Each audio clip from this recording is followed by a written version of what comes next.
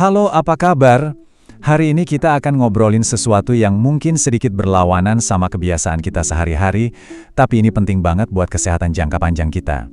Kita akan bahas gimana caranya waktu perut kosong justru bisa jadi senjata rahasia tubuh kita buat melawan kanker. Coba deh jujur sama diri sendiri, kapan terakhir kali perut Anda benar-benar kosong? Di antara sarapan, makan siang, ngemil sore, makan malam, kadang masih ada camilan sebelum tidur. Kapan sebenarnya tubuh kita dapat jeda buat istirahat? Nah, pertanyaan simpel ini justru jadi kunci dari pembahasan kita kali ini. Oke, ini dia peta perjalanan kita hari ini. Kita akan mulai dari bahaya di balik rasa kenyang terus-terusan. Terus kita bongkar hubungan antara gula dan sel kanker. Lalu kita kenalan sama pasukan pembersih tubuh super canggih bernama autofagi. Kita juga bakal identifikasi kebiasaan-kebiasaan buruk yang harus dihindari dan pastinya kita tutup dengan langkah-langkah praktis yang bisa langsung Anda coba nanti malam. Oke, kita masuk ke bagian pertama. Kita kan sering mikir ya, kalau perut kenyang itu artinya sehat, makmur, tapi gimana kalau kebiasaan selalu kenyang ini justru nyimpen bahaya yang nggak kita sadari? Ya, inilah gaya hidup kita sekarang kan. Makan pas lapar, makan pas lagi bosan, makan pas lagi kumpul-kumpul. Akibatnya apa? Sistem pencernaan kita itu hampir nggak pernah libur. Jeda waktu di mana kita nggak makan jadi sempit banget, atau malah nggak ada sama sekali. Nah, apa sih akibatnya buat tubuh kita? Pertama, ya pencernaan kita itu kayak dipaksa kerja lembur terus-terusan, nggak ada istirahatnya. Kedua, karena kita makan melulu, kadar gula darah atau glukosa itu jadi tinggi terus. Nah, untuk atesin gula yang tinggi ini, tubuh kita akhirnya non-stop mengeluarkan hormon yang namanya insulin. Nah, ini dia intinya. Kombinasi dari tiga hal tadi, pencernaan yang capek, gula darah tinggi, dan insulin yang keluar terus-terusan, itu menciptakan sebuah kondisi khusus di dalam tubuh kita. Sayangnya, kondisi ini bukan kondisi yang sehat, tapi justru jadi lingkungan yang subur banget buat sel-sel abnormal, termasuk sel kanker, buat mulai tumbuh dan berkembang. Sekarang kita pindah ke bagian kedua. Yuk, kita lihat lebih dalam lagi soal salah satu pemain utama dalam drama ini, yaitu gula. Gimana sih sebenarnya hubungan antara gula yang kita makan dengan risiko kanker? Ini cara kerjanya. Anggap aja sel kanker itu sel yang super rakus.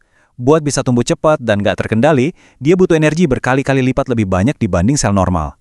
Dan coba tebak makanan favoritnya apa? Yep, gula. Glukosa yang ada di darah kita itu adalah makanan utamanya. Ini alur berbahaya yang sering banget kita lewati tanpa sadar. Mulainya dari hal sepele, makan kebanyakan, dan hobi ngemil. Akibatnya, gula darah tinggi terus. Tubuh merespons dengan melepas insulin tanpa henti. Nah, insulin inilah yang selain nurunin gula darah, ternyata juga bisa jadi pemicu pertumbuhan sel-sel abnormal. Kalimat ini mungkin kedengarannya agak keras ya, tapi ini cara paling gampang buat ngebayangin apa yang terjadi. Tiap kali kita makan atau minum yang manis-manis dan bikin gula darah melonjak, itu artinya kita secara nggak langsung lagi nyiapin prasmanan mewah buat sel-sel kanker yang mungkin udah ada di tubuh kita. Oke, kita udah bahas masalahnya, sekarang kita bahas solusinya. Dan kabar baiknya, solusi ini udah ada di dalam tubuh kita sendiri. Namanya autofagi, si pasukan pembersih internal yang kerjanya luar biasa. Mungkin ada yang udah pernah dengar, atau mungkin ini istilah yang sama sekali baru. Gak apa-apa. Simpelnya, autofagi ini adalah salah satu proses biologis paling keren dan paling penting yang perlu kita tahu buat jaga kesehatan. Gini deh, bayangin aja, autofagi itu kayak pasukan kebersihan super canggih di dalam tubuh kita. Tugas mereka itu patroli, nyariin sel-sel yang udah tua, yang rusak, atau yang aneh-aneh, dan berpotensi jadi bahaya. Begitu ketemu, langsung dibersihin. Sel-sel rusak ini diurai, dan bagian-bagian yang masih bagus didaur ulang lagi. Proses ini penting banget biar sampah-sampah di sel kita nggak numpuk dan jadi masalah. Terus, kapan sih pasukan ini kerja? Nah, bedanya jelas banget. Waktu kita makan terus-terusan, tubuh kan sibuk mencerna makanan. Jadi autofagi ini off, nggak aktif. Akibatnya sampah sel numpuk. Sebaliknya, pas perut kita kosong, tubuh langsung ganti mode ke mode bersih-bersih. Autofagi langsung on, dan proses pembersihan pun dimulai. Jadi, ini akibat langsungnya. Kalau autofagi nggak pernah dapat giliran buat aktif, sel-sel rusak yang harusnya dibuang malah dibiarin numpuk. Nah, beberapa dari sel rusak ini bisa aja jadi cikal bakal sel kanker. Dengan kita membiarkannya, ya, secara nggak langsung kita naikin risiko sel-sel ini berkembang jadi kanker. Oke, sekarang kita bahas lebih spesifik lagi ya. Dari semua kebiasaan makan kita, ada beberapa yang jadi musuh utama sistem autofagi dan paling beresiko. Dua hal ini, makan larut malam dan ngemil nonstop, adalah biang keladinya. Kenapa? Ngemil terus-terusan itu ngejamin gula darah kita nggak pernah turun. Sementara makan larut malam, itu ngerusak total jadwal istirahat dan perbaikan tubuh yang seharusnya terjadi pas kita tidur. Coba dibayangin, apa yang terjadi di dalam tubuh pas kita makan besar terus langsung tidur. Waktu tubuh kita seharusnya istirahat total, pencernaan malah dipaksa kerja rodi. Akibatnya, gula darah jadi awet tinggi sepanjang malam. Kalau ini jadi kebiasaan, efek jangka panjangnya adalah peradangan di tubuh, dan sistem imun kita jadi melemah. Nah, ini fakta biologis yang penting banget kita tahu. Ternyata, sensitivitas tubuh kita ke insulin itu ada jamnya, ngikutin jam biologis tubuh. Di malam hari, sel-sel kita itu secara alami jadi agak cuek sama insulin. Artinya, dengan porsi makan yang sama, gula darah kita bakal lebih susah turun kalau kita makannya malam-malam dibanding kalau kita makan di siang hari. Sekali lagi, kutipan yang menusuk tapi bener banget. Saat gula darah susah turun di malam hari, artinya makanan buat sel kanker itu tersedia melimpah dalam waktu yang lama, tepat di saat tubuh kita seharusnya lagi perbaikan dan bersih-bersih. Ini bener-bener kayak kita ngasih suplemen premium buat musuh yang ada di dalam tubuh kita sendiri. Oke, cukup soal masalahnya. Sekarang, bagian yang paling penting, solusinya gimana? Tenang, kabar baiknya adalah Anda nggak perlu melakukan hal yang aneh-aneh atau ekstrim.